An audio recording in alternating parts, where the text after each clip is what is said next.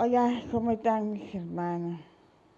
Hay unos compañeros de la clase de introducción a la Biblia. En este momento le damos la bienvenida a esta clase que vamos a compartir en este día, quizá un poquito diferente a lo que solemos hacer normalmente. Pero vamos a comenzar como siempre acostumbramos a hacerlo. Vamos a ponernos en la presencia del Señor y vamos a presentar en este momentico que vamos a compartir aquí todos juntos. Y entonces nos ponemos en la presencia de Él en el nombre del Padre, del Hijo, del Espíritu Santo. Amén. Te pedimos, Señor, derrame tu Santo Espíritu en medio de nosotros. Pedimos, Señor, una gracia especial para cada uno de nosotros.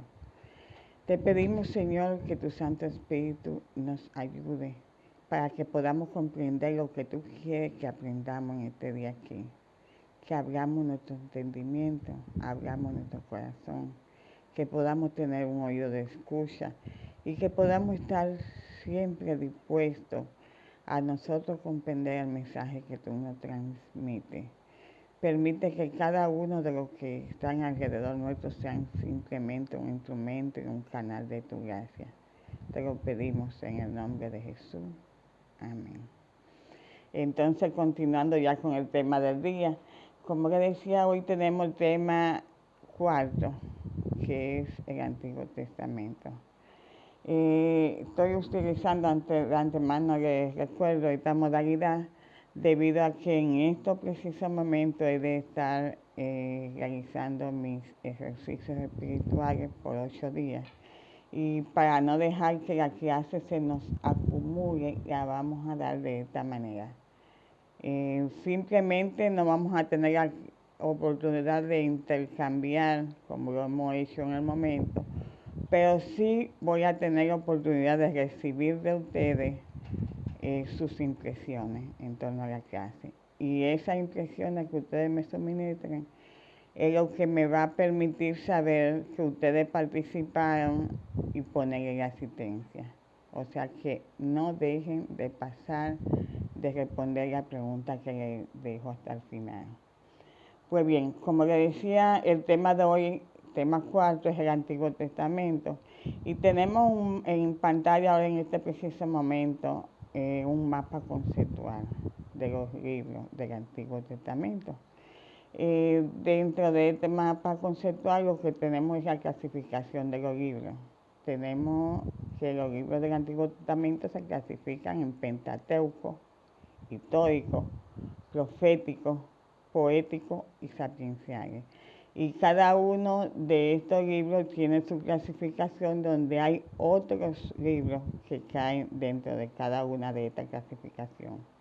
No lo voy a mencionar ahora porque más adelante seguiremos nombrando cuáles son esos libros que caen dentro de la clasificación. Entonces tenemos por otro lado que el Antiguo Testamento, ¿qué es lo que nosotros vamos a encontrar? Muchas veces no, como le he dicho en algunas ocasiones, nosotros nos limitamos a leer solamente el Nuevo Testamento porque creemos que esa es la parte que nosotros vamos a entender y quizá porque creemos que eso es lo que nos corresponde a nosotros como cristianos católicos. Pero tengamos siempre presente que la Biblia es una continuidad de acontecimientos. Uno va detrás de otro y uno nos llevan a otro. Entonces, lo que tenemos que tener bien claro es que Jesucristo es el centro de todo, tanto para el Antiguo Testamento como para el Nuevo Testamento.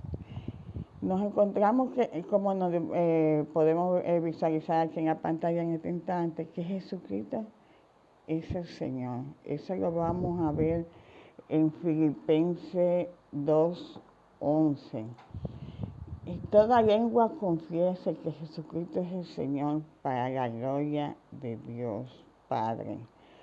Cuando confesamos esto con la boca y el corazón, estamos significando que Él es el centro de nuestras vidas y que lo sentimos vivo y presente en nuestra historia. Como cristianos, estamos llamados a nosotros reconocer que Jesús es el centro de todo. Jesucristo da sentido a toda la historia del hombre y mujer, a toda la historia de los hombres y mujeres que vivimos en la tierra. Nada tendrá sentido si Él no está. Nada le vamos a encontrar valor si no lo tenemos a Él.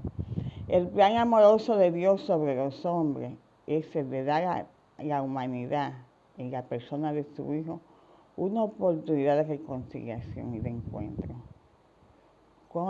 ¿Cómo vamos a tener esa reconciliación, ese encuentro? Lo vamos a tener con nosotros mismos.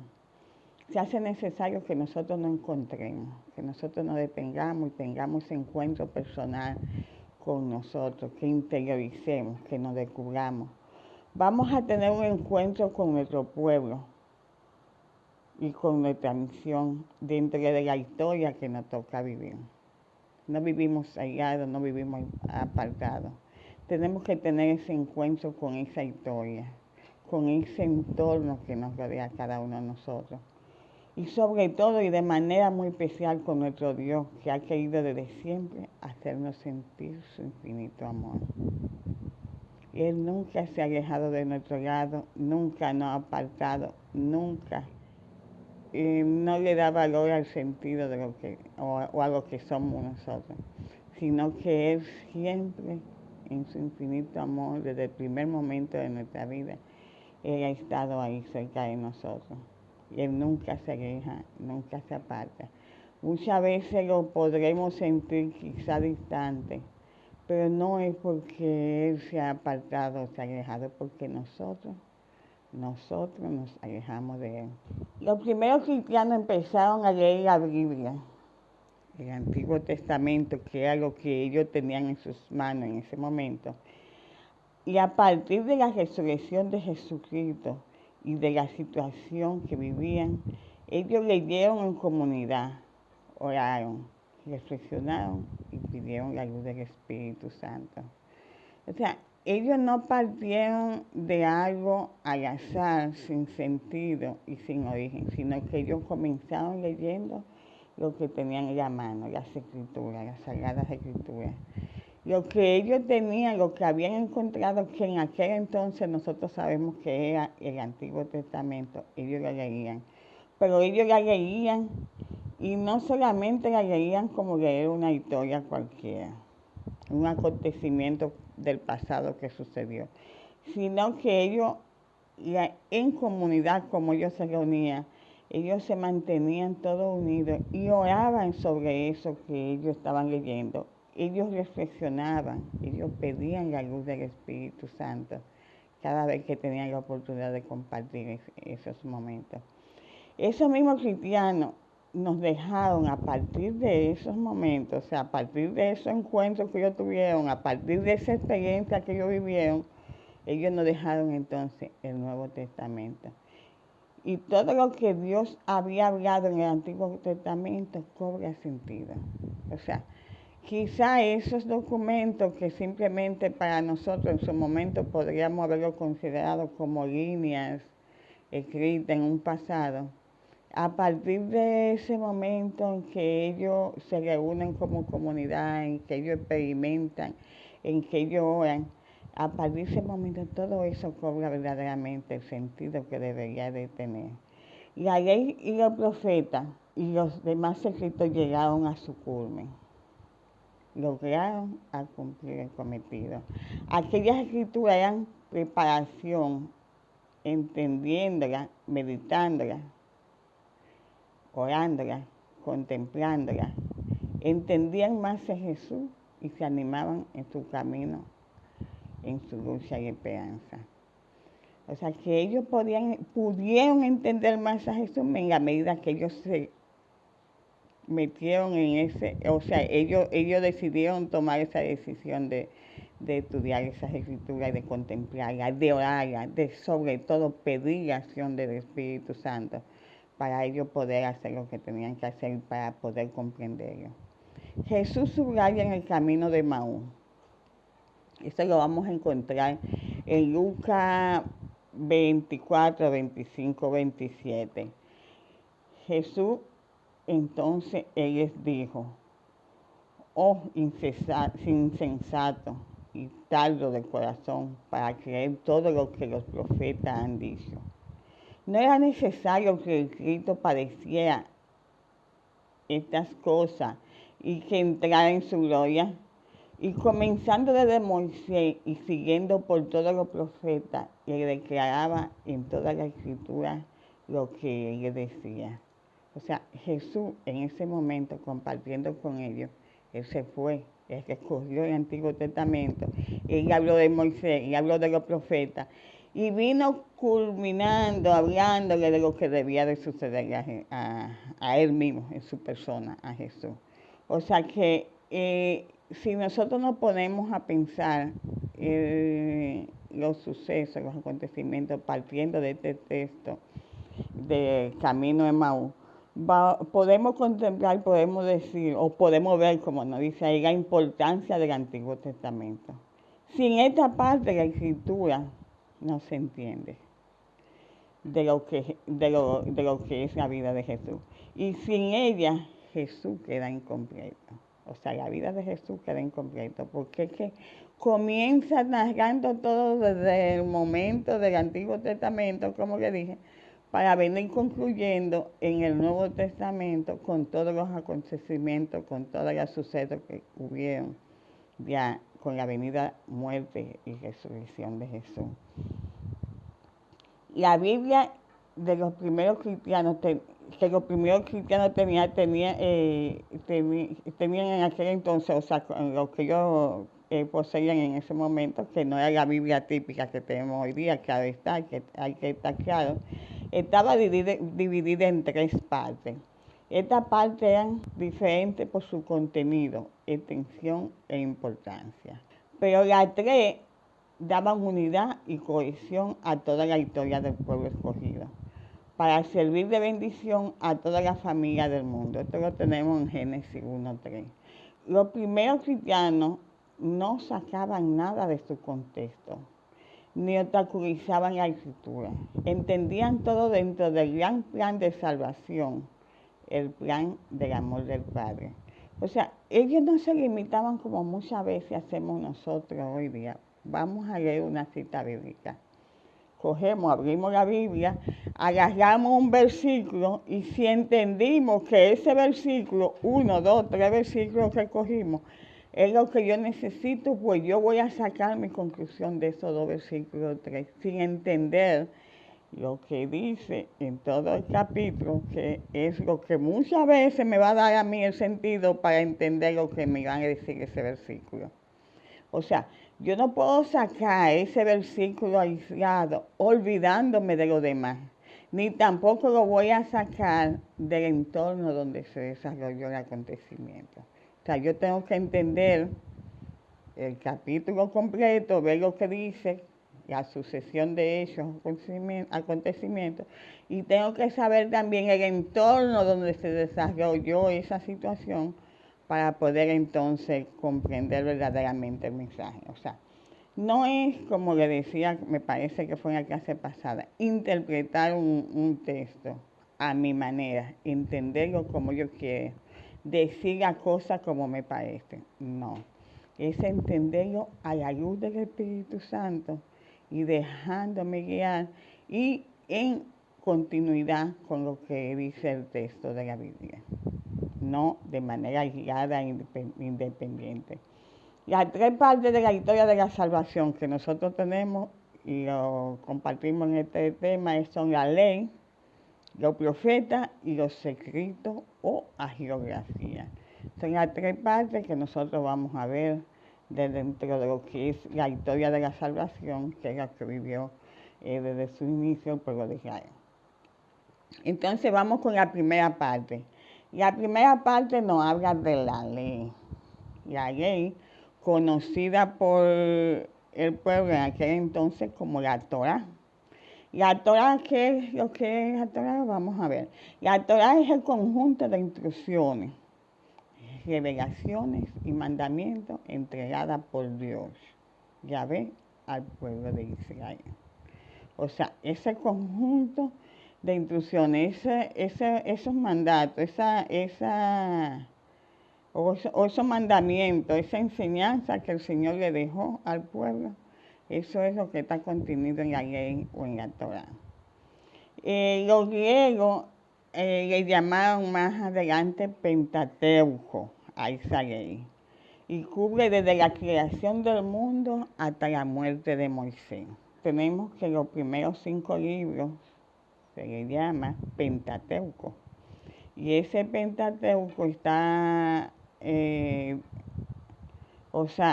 está compuesto, la palabra, está compuesto por los 5 primeros libros de la Biblia. ¿Cuáles son esos 5 primeros libros? Tenemos el Génesis, que nos habla del origen del mundo, el Éxodo, de la salida de Egipto, luego sigue el Número con los censos relatados, seguimos en cuarto lugar con Levítico, la legislación relativa a los levitas, y continuamos Levítico, la legislación relativa de los levitas, y por último entonces nos vamos con Deuteronomio.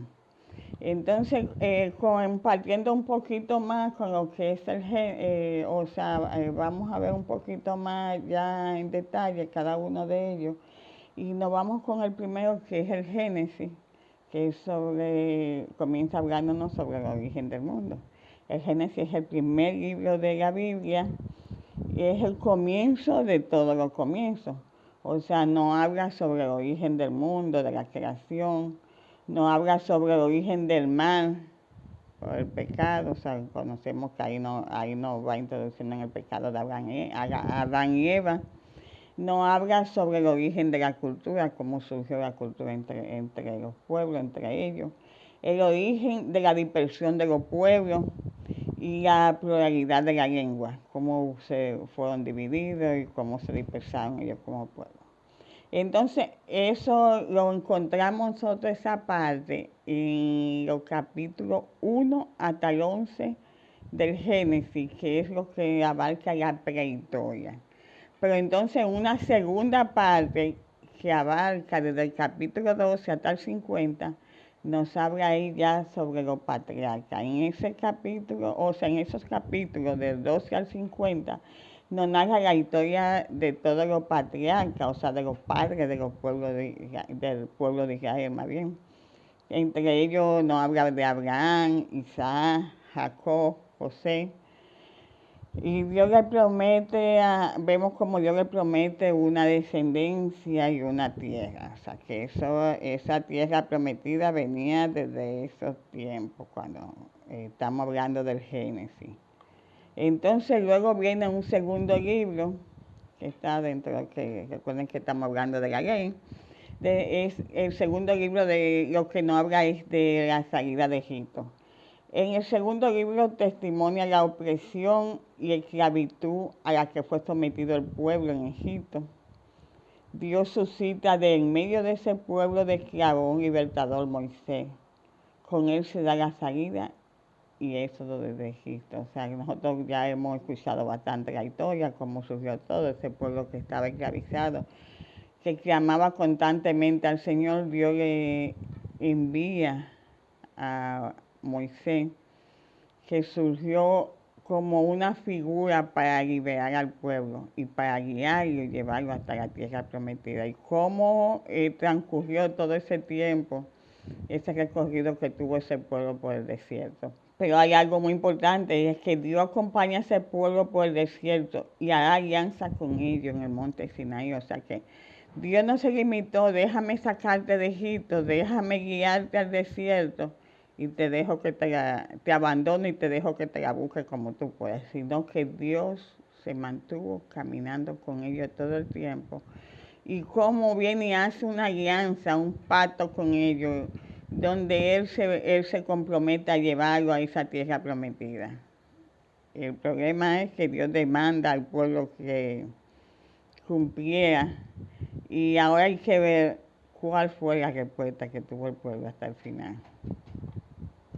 Entonces, en el tercer libro que nos habla Levítico, de la legislación relativa a los levitas, el libro de Levítico contiene instrucciones sobre cómo desempeñar los deberes del sacerdocio.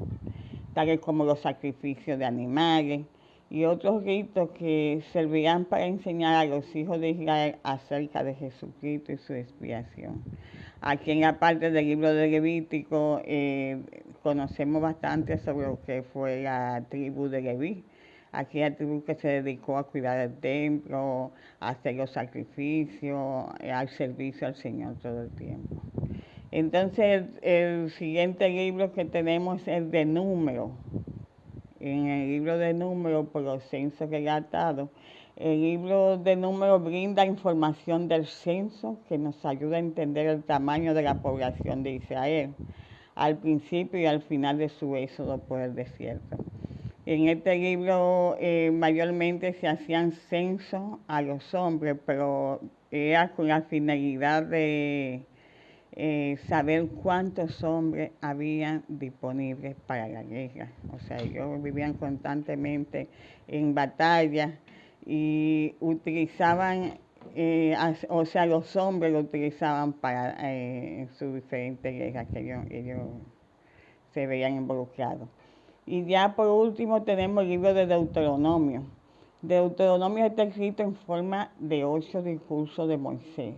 Son las palabras finales de Moisés a los hijos de Israel antes de entrar en la tierra de Canaán con Josué como su líder. El capítulo final registra su muerte. Sí, aquí en Deuteronomio vamos conociendo entonces es como esa transición, es entregarle a José el pueblo a Josué para que continuara y lo llevara hasta el final, cómo él se despide ya de su pueblo y se queda ya atrás, o sea, ya en el momento de su muerte, que él no entró todos sabemos que él no entró con el pueblo a la tierra prometida. Entonces la segunda parte que tenemos es la de los profetas. En esta segunda parte llamada profeta están incluidos lo que nosotros llamamos libros históricos. Entre ellos tenemos a Josué, a Jueces, tenemos 1 y 2 de Samuel y 1 y 2 de Reyes.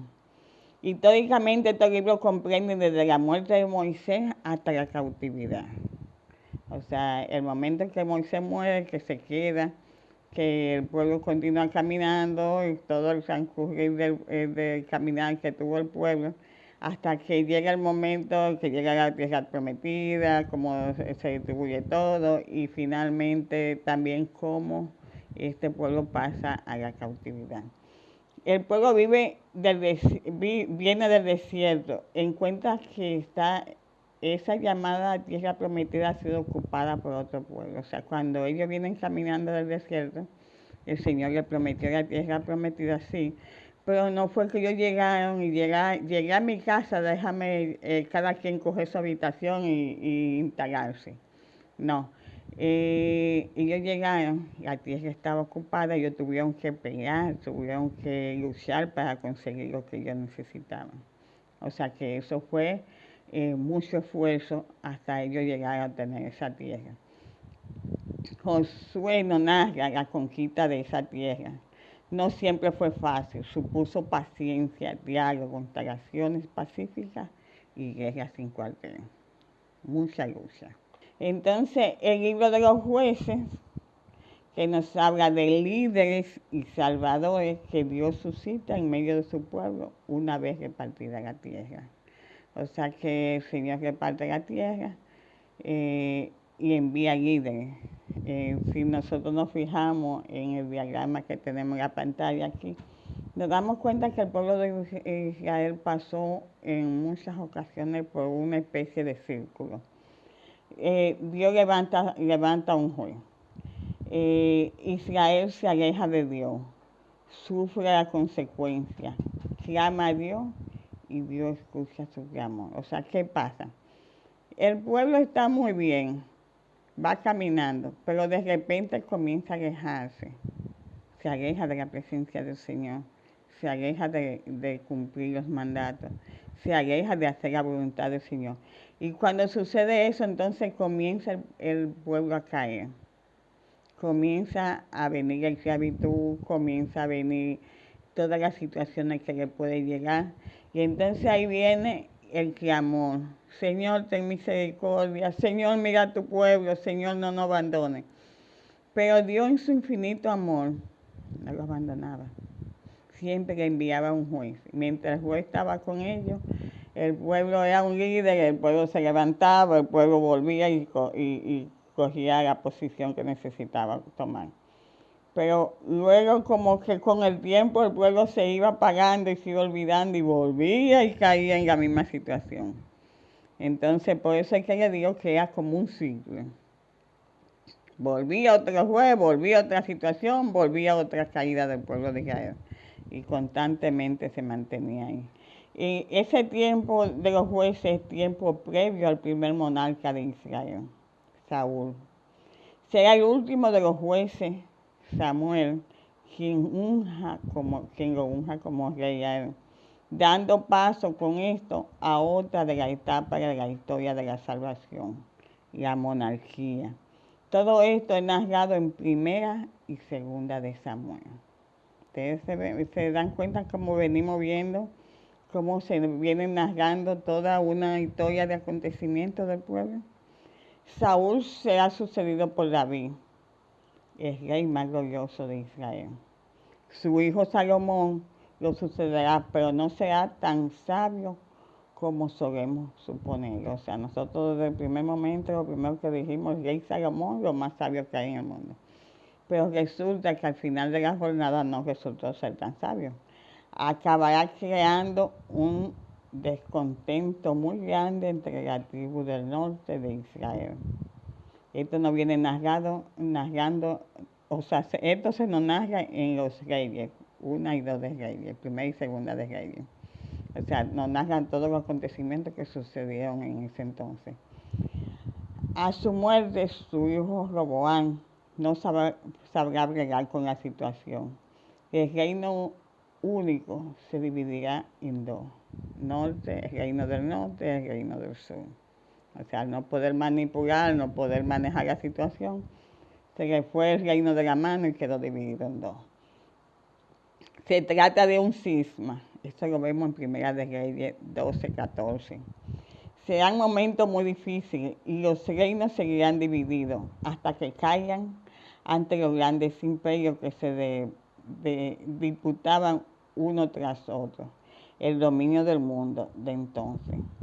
Desde el cisma en 931 hasta el decreto de Ciro en el 538 y el fin de la época de los persas en el 333, habrán pasado casi 5 siglos. O sea que no estamos hablando de acontecimientos que surgieron en meses o en 2 o 3 años, estamos hablando de siglos. O sea, son acontecimientos que vienen, son narrados y vienen sucediendo por muchos años. En estos siglos surgen los profetas. Ahora volviendo un poquito más a lo que siempre comento, cuando estudiamos las Sagradas Escrituras, leemos lo sucedido y a veces lo asimilamos como acontecimientos que han sucedido ahora y el otro mañana y el otro pasado. Pero son acontecimientos que uno y otros llevan mucho tiempo de distancia, mucho tiempo de diferencia.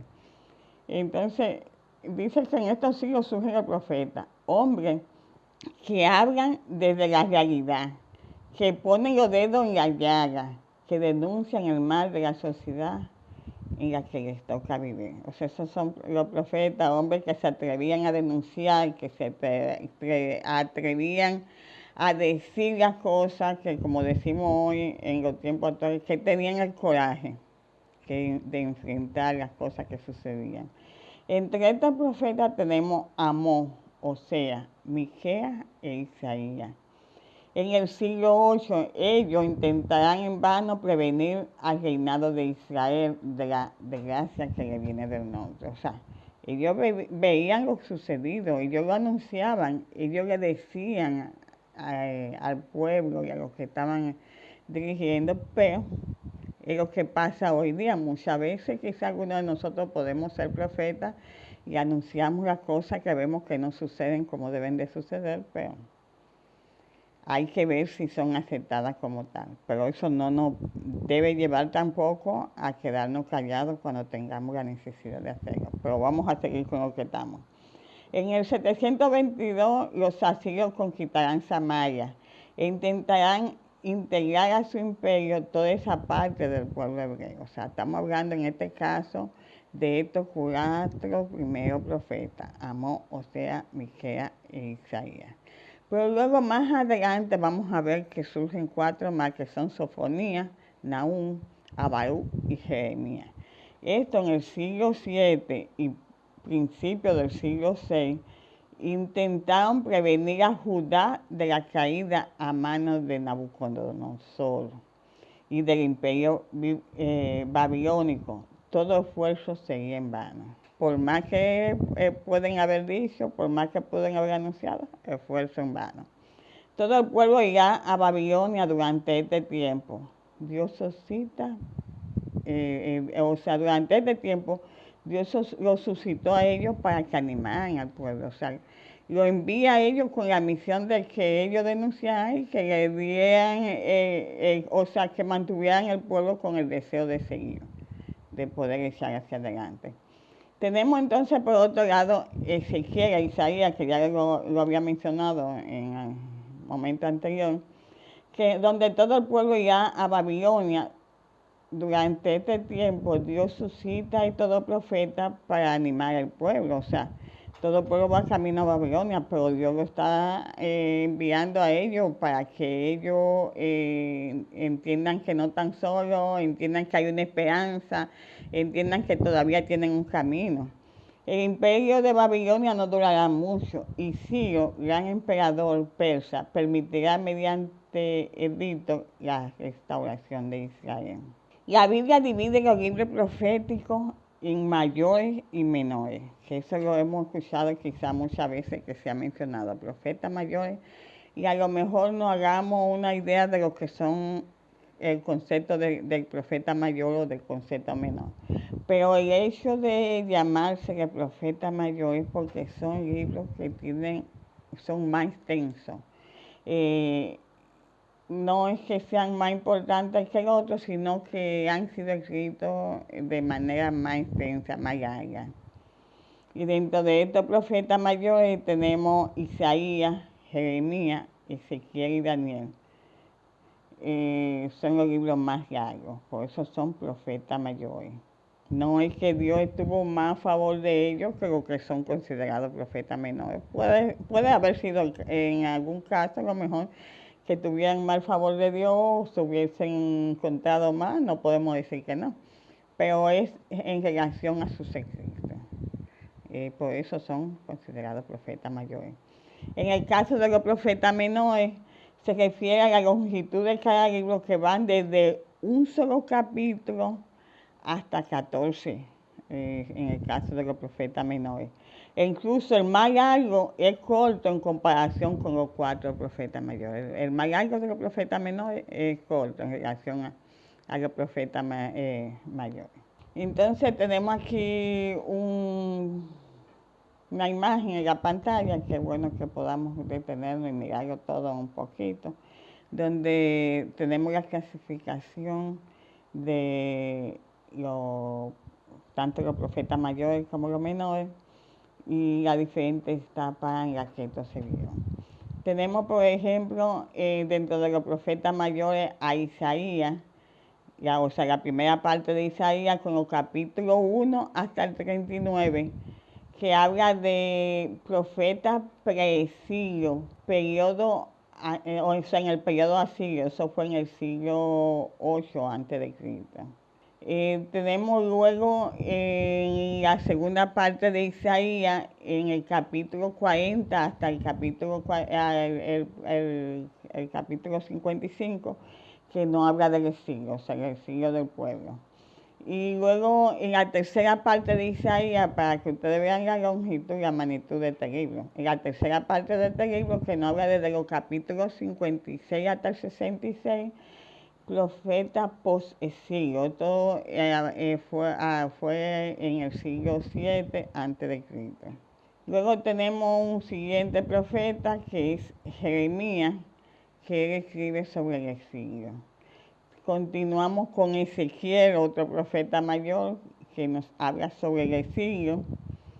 Y luego finalmente tenemos a Daniel, profeta post-exilio. Esto fue en el siglo VI a.C. Luego entonces, cuando nos pasamos a ver la parte de los profetas menores, nos encontramos el libro de Amós, Osea y Miqueas. Son profetas pre-exilio, periodo asirio del siglo VIII a.C. Continuamos entonces con Sofonía, Nahum y Habacuc, que son profetas pre-exilio, periodo babilonio del siglo VII hasta el siglo VI a.C. Y tenemos por último a Ageo, Zacarías, Abdías, Joel, Malaquías y Jonás, que nos hablan de la restauración y son profetas post-exilio del siglo VI al siglo II a.C. Esta es la forma en que están desarrollados cada uno de esos libros de los profetas. Y ya la tercera parte que nos corresponde aquí en este tema es sobre los escritos o hagiografía. Esta es la tercera parte de la Biblia de los hebreos. Y en esta parte entran los salmos, proverbios, Job y el cantar de los cantares. Entonces, ¿qué trata los salmos? Los salmos es una recolección de poemas sagrados que son alabanza y oración a Dios. Que nosotros bastante que lo leemos, los salmos constantemente, y nos hemos dado cuenta que son oraciones de alabanza, que son poemas, son poemas sagrados, como nos dice ahí, dedicados al Señor. Están los proverbios que recogen la sabiduría de Israel. Toda la sabiduría del pueblo de Israel está recogida en el libro de los proverbios. Está Job, que quiere responder al sufrimiento del hombre justo y el problema de la retribución. Eso es en el libro de Job. Y luego está el Cantar de los Cantares, que es una colección del cántico de amor, una de las joyas de la literatura hebrea. El Cantar de los Cantares. Libro de los enamorados. Otros libros que pertenecen a esta parte son, que caen dentro de esta clasificación, Ruth, Lamentaciones, Eclesiastés, Esther, Daniel, Nehemías, Primera y Segunda de Crónicas. Queda un grupito de libros que no está en la Biblia hebrea del judaísmo palestino, que sí está en la traducción griega de los 70, Biblia usada por los cristianos. Quizás nosotros nos hagamos la pregunta y nos cuestionemos cuando hablamos de Biblia de los 70 y digamos, a lo mejor sí tengan conocimiento, otros quizás tengamos cierta duda. La primera traducción que se hizo de la Biblia hebrea a otra lengua, o sea, en este caso específicamente al griego, fue la Biblia de los 70, que esa fue la primera traducción. Y, o sea, se le llamaba Biblia de los 70 o helenística, o Septuaginta. Fue creada para los judíos de Alejandría por 72 traductores, 6 de cada una de las 12 tribus de Israel.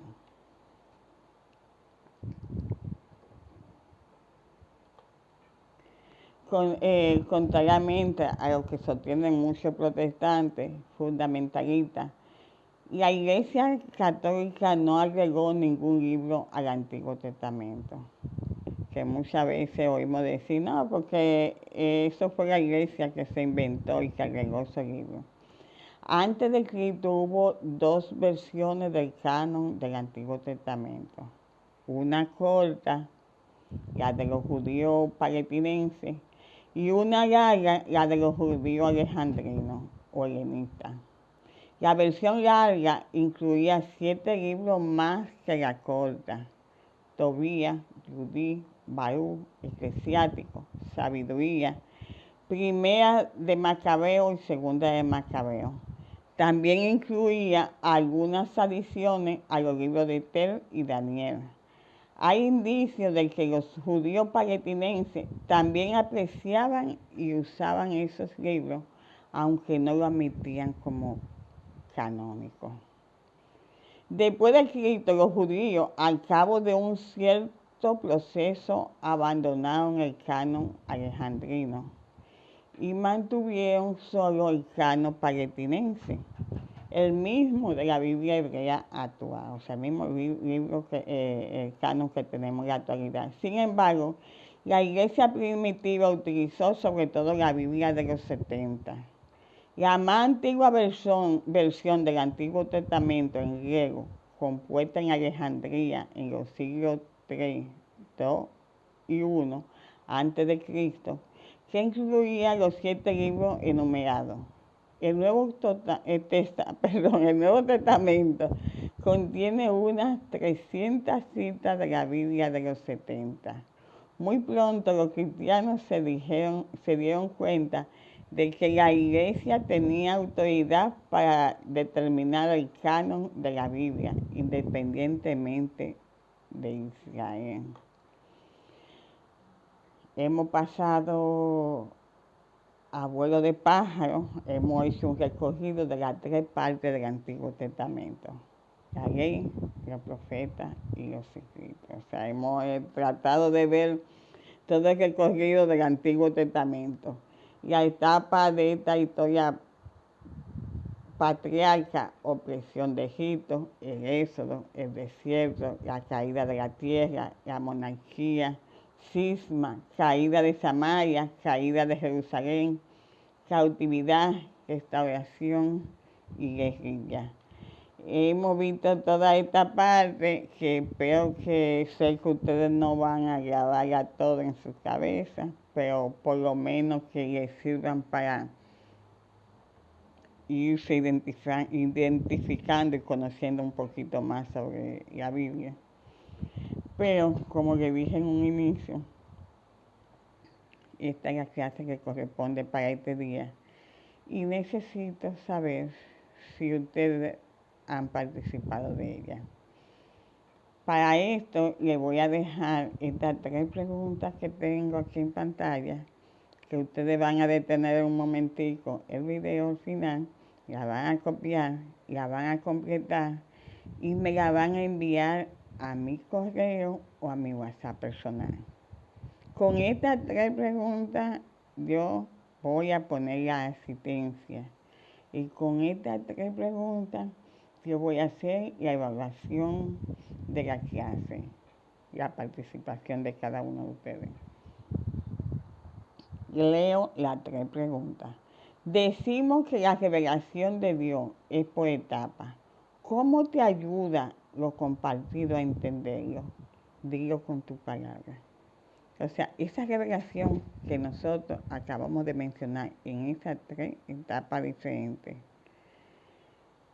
¿cómo tú lo comprendes? Dilo con tus palabras. Del tema compartido, ¿qué fue lo que más te impresionó? De todo ese recorrido del pueblo, de todos esos acontecimientos de los primeros momentos del Antiguo Testamento que vienen caminando hasta llegar a ya al final, momento antes de la venida de Cristo. ¿Qué fue lo que más te impresionó? ¿Crees que la Iglesia Católica agregó algunos libros a la Biblia? Sí, y de ser así, ¿cuáles fueron? O sea, si tú entiendes que la Iglesia Católica agregó libros a la Biblia, ¿cuáles tú entiendes que fueron? Y si no lo agregó, pues dame tu opinión, porque tú lo dices. Entonces, esto es en torno a la clase de hoy, mis hermanos. Les doy gracias al Señor porque permitió que se hiciera de esta manera, para que no perdiéramos el hilo de la clase. Nos veremos en la próxima clase de la misma manera, lo más probable, y ya la siguiente sí estaremos de manera directa, uno frente a otro. Los ejercicios donde estaré participando por 8 días, Les prometo que estaré orando por ustedes, pero les pido que por favor oren ustedes por mí. Pues nada, vamos a hacer la oración, vamos a darle gracias al Señor por este hermoso día que nos regalaron. En el nombre del Padre, del Hijo, del Espíritu Santo. Amén.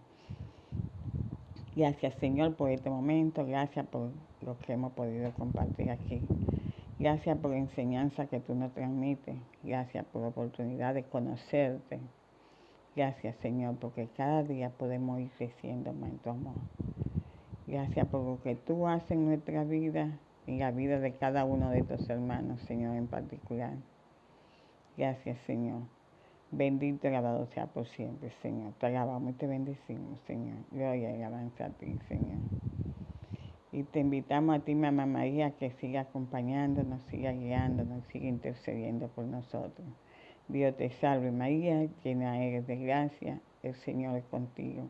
Bendita eres entre todas las mujeres, bendito es el fruto de tu vientre, Jesús. Santa María, Madre de Dios, ruega por nosotros, pecadores, ahora y en la hora de nuestra muerte. Amén. Una linda noche, mis hermanos. Que el Señor les bendiga. Bye.